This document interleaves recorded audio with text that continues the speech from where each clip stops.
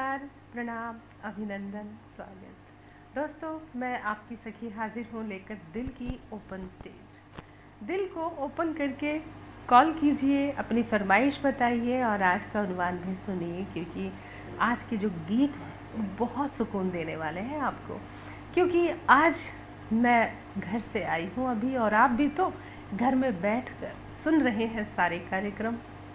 तो मुझे नहीं लगता कि आपको कुछ बताने की ज़रूरत है कि उन्वान क्या है। जी हाँ, आप समझ गए हैं, और जो समझ गए हैं वो मुझे कॉल पे बता भी सकते हैं कि आप समझ गए थे कि क्या उन्वान है।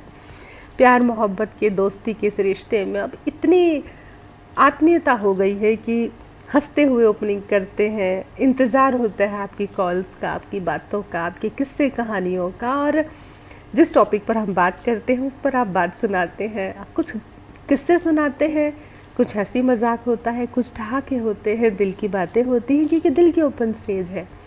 और जी हाँ, अब आपको इंतज़ार है टॉपिक का। चलो मैं ही बोल देती हूँ।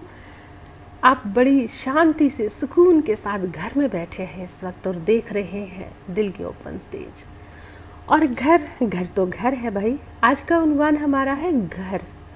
तो घर क्या होता है आप सभी को मालूम है, मुझे भी मालूम है। और आपको इसलिए मालूम है कि देखिए ना, दिन भर की थकान के बाद जब सुबह काम पे जाते हैं, शाम को ठिठुरती ठंड हो या गर्मी हो, घर में आके जो गर्मियों में ठंडक मिलती है, सुकून मिलता है, सर्दियों में जो गर्माहट मिलती है कुछ रिश्तों की, कुछ घर की तपिश से जो सुकून मिलता है, वो कहीं और मिल ही नहीं सकता। सारे साधन प्रसाधन घर पे होते हैं, ज़रूरतों का सामान होता है, और तमाम रिश्ते शाम को एक साथ होते हैं। सब अब अपने कमरों में हो गए हैं, बात अलग है। पहले एक कमरा होता था, सबकी चारपाइयाँ लगती थी, बहन भाइयों का एक ही कमरा होता था, रौनकें रहती थी। लेकिन अब घर घर वाकई घर वो है जहाँ माँ अपने हाथ से सबको खाना खिलाती है, बैठाकर सर्व करती है, दिन भर की थकान पूछती है, सबके काम पूछती है, पढ़ाई लिखाई, समस्याएं, समाधान, सब पर माँ बात करती है। पूरा परिवार एक साथ होता है, हंसी ठहाकों की गूंज होती है, हंसते हुए सभी सोते हैं। वो होता है घर। बाकी तो आजकल हवेलियाँ हैं, कोठियाँ हैं, बंगले हैं, शानदार हैं, सजावटें हैं, लेकिन मन का कोना कहीं खाली सा है। तन्हाई है, अकेलापन है, एकांत है, इंतज़ार है, बेकरारी है। वो रिश्तों वाली बात थोड़ी सी कम हो गई है, क्योंकि सबके अलग अलग कमरे हो गए हैं, सबको अपना एकांत चाहिए। लेकिन फिर भी घर तो घर है। चलो सब अपने कमरों में है, कोई बात नहीं, सुकून से है, एक साथ है, एक ही घर में है, सब सुरक्षित है। ये एहसास होता है उस छत के नीचे जो हमारा घर है, जिसमें हमारा पूरा परिवार है। और दोस्तों, घर घर क्या है ना, ये वो नहीं समझ सकता जो रोज़ घर आता है। घर की अहमियत, घर का सुकून सिर्फ वो महसूस कर सकता है ज़्यादातर कि जो घर छोड़ कर जाते हैं, कई कई महीनों में लौट कर आते हैं। जैसे कि सैनिक को लीजिए, सैनिक के दिल का हाल क्या होता है कि कहते हैं कि कहा है कि कब आओगे, ये घर ने पूछा था जाते वक्त। कब आओगे, ये घर ने चलते वक्त पूछा था। वो आवाज़ें मेरे कानों में आज तक गूंजती हैं। तो ये सैनिक ही जानता है घर लौटना क्या होता है। घर तो भाई घर है। पहले के ज़माने में जो घर होते थे ना, गांव में कच्चे पक्के मकान होते थे, तो जहाँ गांव के घर होते थे उनकी बात ही अलग होती थी।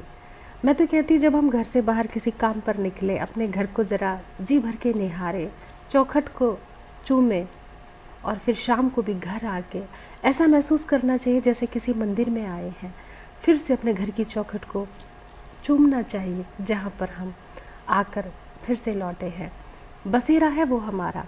और बसेरे की बात जहाँ तक है, बहुत सारी कहानियाँ हैं आज मेरे पास, पर क्या करूँ, गीत भी बहुत अच्छे हैं, आपकी कॉल्स भी होल्ड पर है, तो बस कितना कहूँ इस थोड़े से समय में। लेकिन हाँ, एक बात कहना चाहती हूँ कि गांव की तरफ चल रही हूँ तो गांव की बात करती हूँ।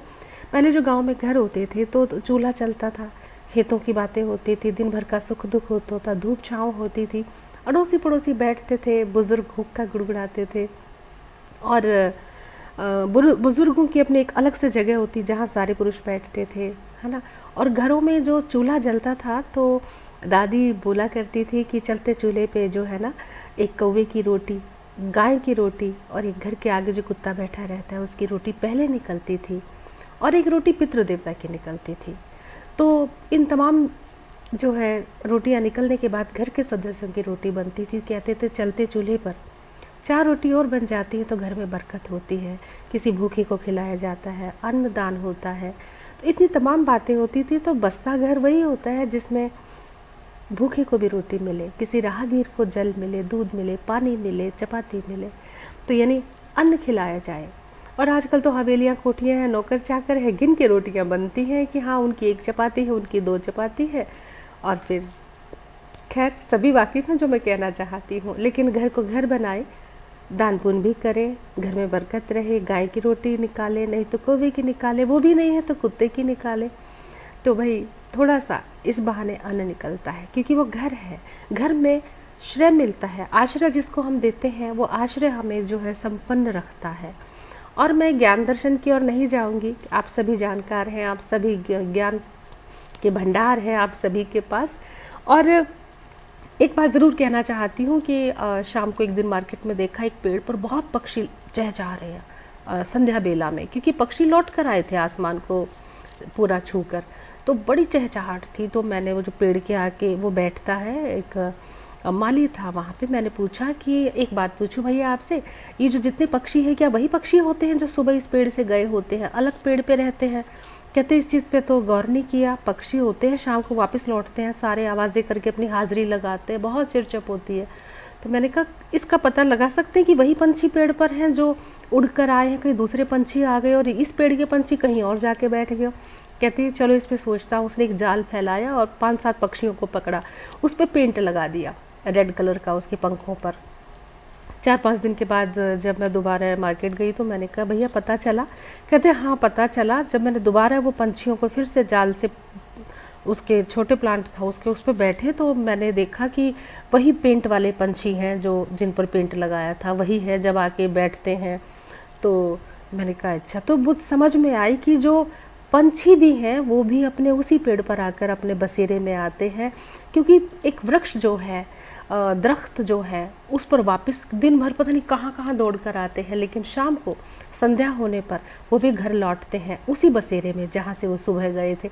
तो सोचिए ना, पंछियों को भी इस बात की समझ है कि यही वृक्ष जो है, यही दरख्त हमारा बसेरा है। तो हम तो इंसान ठहरे। और किसी फुटपाथ पर बैठे किसी व्यक्ति ने मन में सोचा, कहते हैं कि शेर भी था कि फुटपाथ पर बैठे किसी व्यक्ति ने सोचा कि जिनके घर होते हैं वो वक्त पर घर क्यों नहीं जाते? तो जिसके पास घर नहीं है ना, उसको भी चिंता होती है कि जिनके इतने आलीशान घर हैं वो लोग भी रात भर घर से गायब ही रहते हैं। तो ये भी चिंता का विषय होता है कि उनको घर की कीमत ही नहीं पता, घर की वैल्यू ही नहीं पता। जिनके घर है, जिनके घर नहीं है, ये वही जानते हैं कि घर क्या है। घर क्या है सभी को पता है, क्योंकि सभी अपने घर में बैठकर देख रहे हैं कार्यक्रम। और जो गीत आज हम लेकर आए हैं वो खुद ब खुद अपनी गीत की, घर की परिभाषा बता रहे हैं कि घर क्या है। उसमें तमाम बातें गीतों के माध्यम से अभिव्यक्त होती हैं, बड़े संवेदनात्मक तरीके से, बड़े रूहानियत के तरीके से बयां हो रही है हर बात। और घर तो घर है। और एक किस्सा और याद आता है कि एक बार सरे रहा एक सहेली मिली और कहने लगी सखी बहुत दिनों के, हफ्ते भर के बाद दिखी हो, कहीं गई थी क्या? तो मैंने कहा हाँ मैं घर गई थी मायके। और जैसे ही मैंने उसको ये कहा तो उसकी आंखों में आंसू आ गए और उसने कहा चलो ठीक है, बहुत अच्छी बात है, लग ही रहा है कुछ तरोताज़ा हो। मैं कहा हाँ, माँ के घर से आके तो ताज़गी मिलती है ना, वहाँ बेपरवाही होती है, कोई चिंता नहीं होती। तो कहती बिल्कुल। और उसकी आंखों में आंसू आ गए और वो कहा चलो मैं चलती हूँ, और वो चली गई। मुझे लगा कि वो भावुक क्यों हो गई, उसकी आंखों में नमी उतर आई थी। तो शाम को मैंने फिर कॉल किया कि भाई क्या बात है, जब हम बात कर रहे तुम भावुक हो गई थी, कोई मन में दर्द है, तकलीफ़ है, मुझसे साझा करो, मुझे लगा कि तुम उदास हो गई हो। तो उसको रोना आ गया। मैं कहा क्या हुआ? कहती माँ थी तो मायके जाने को मन करता था, पहले 4-5 साल पहले पिताजी चले गए थे, अब माँ बस जा चुकी है, तो अब घर जाने को मन ही नहीं करता, क्योंकि घर जो है वो माँ से होता है। और तभी तो कहते हैं माँ से मायका है लड़की का।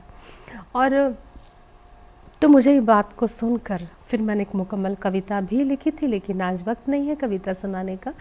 तो भाई माँ से ही मायका है, माँ है तो फिर घर घर है। तभी तो कहते हैं बच्चा भी स्कूल से आता है, बैग को टांगे टांगे वो भागता है माँ की, माँ कहाँ है, माँ को ढूंढता है। और माँ भी बेसब्री से अपने बच्चे का इंतज़ार करती है, क्योंकि घर में आके वो सबसे पहले माँ को ही ढूंढता है। और बगैर शूज़ निकाले बैग जो हमने कमर पे लदा हुआ है, फिर भी किचन में जाके पूछता है कि आज खाने में क्या बना है माँ। और माँ भी बड़े प्यार से कहती है आज मैंने ये बनाया है। तो घर है माँ से है, तो भाई सबकी माएँ सलामत रहें।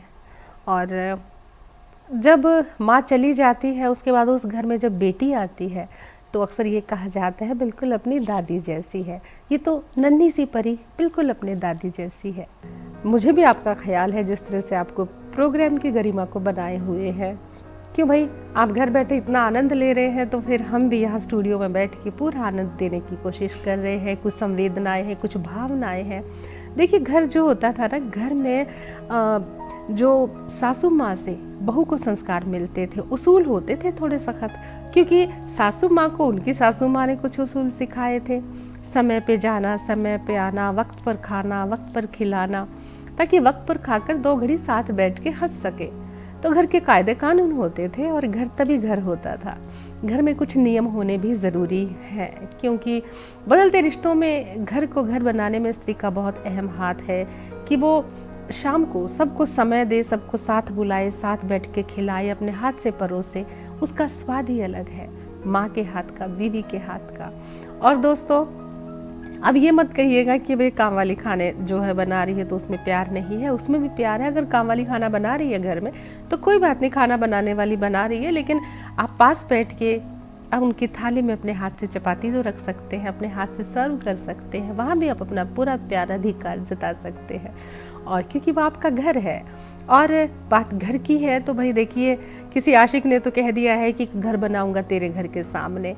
अब कोई पूछने वाला हो कि भाई घर के सामने घर बनाने की क्या ज़रूरत है, उस सामने वाली को अपने घर ले आ, तो वो ज़्यादा बेहतर होता। लेकिन गीतकार ने कुछ सोचकर ऐसा गीत लिखा है। हम तो भाई यही दुआ करते हैं कि सबका पिया घर लौट कर आए, और अपना ख्याल रखें, मस्त रहें, स्वस्थ रहें, व्यस्त रहें, और स्वस्थ रहते हुए व्यस्त रहें। और मैं तो ये कहती हूँ कि भाई आप अपना ख्याल रखिए, सर्दी भी बहुत है और कल फिर आना है, तो मुझे भी तो अपने घर जाना है। तो मुझे अपनी सखी को, यानी अपनी प्यारी सखी को, मेरे प्यारे दोस्तों दीजिए अनुमति। लेकिन जाते जाते कहती हूँ कि किसी भी इन्फो के लिए इन्फो करें info@justbroadcasting.com पर।